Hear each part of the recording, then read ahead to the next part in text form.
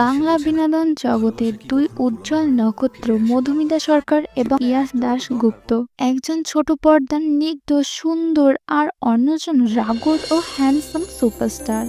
আজকের ভিডিওতে জানাবো তাদের জীবন, ক্যারিয়ার, স্ট্রাগল এবং জনপ্রিয় হওয়ার গল্প। মধুমিতা সরকার।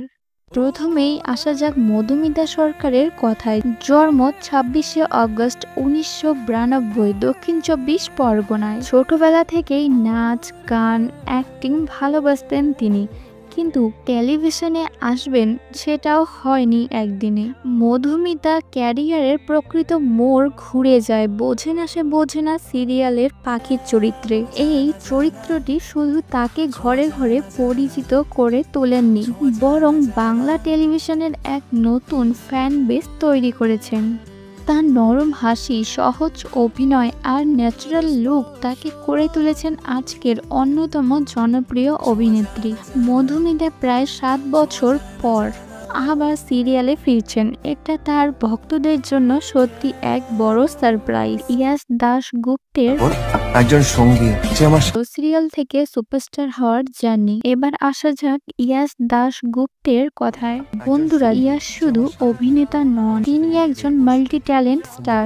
2009 থেকে 2010 সালের দিকে বনফুল, চিরদিনই তুমি যে আমার, এইসব সিরিয়াল দিয়ে ধীরে ধীরে নিজের জায়গা তৈরি করেছেন যশ। কিন্তু তার জীবনে সবচেয়ে বড় টার্নিং পয়েন্ট ছিল জি বাংলার সুপারহিট সিরিয়াল বোঝে নাতে অর্ণব চরিত্রে। অর্ণব পাখি অন স্ক্রিন কেমিস্ট্রি রেকর্ড তৈরি করেছিল।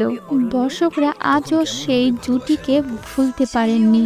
এরপর ইয়াস সিনেমায় পা রাখেন এবং একের পর এক হিট সিনেমা উপহার দেন। অ্যাকশন, রোম্যান্স, ইমোশন সব জায়গাতেই তার দাপট সমান। মধুমিতা আর ইয়াস দুজনের জনপ্রিয়তা আলাদা আলাদা হলেও দুজনের মাঝে মিল আছে। তারা দুজনেই খুব ন্যাচারাল, খুব রিয়েল। এমন অভিনয় যে সবাই অনুভব করতে পারে। সত্যি বলেছেন, এটাই তাদের আসল শক্তি। যেখানে ইয়াস দাশগুপ্ত তার স্টাইল ও শক্তিশালী উপস্থিতি দিয়ে দর্শকের মন জয় করেছেন, সেখানে মধুমিতা তার মিষ্টি হাসি, তার ক্লিন পারফরমেন্স দিয়ে সকলের হৃদয় ছুঁয়ে গেছেন।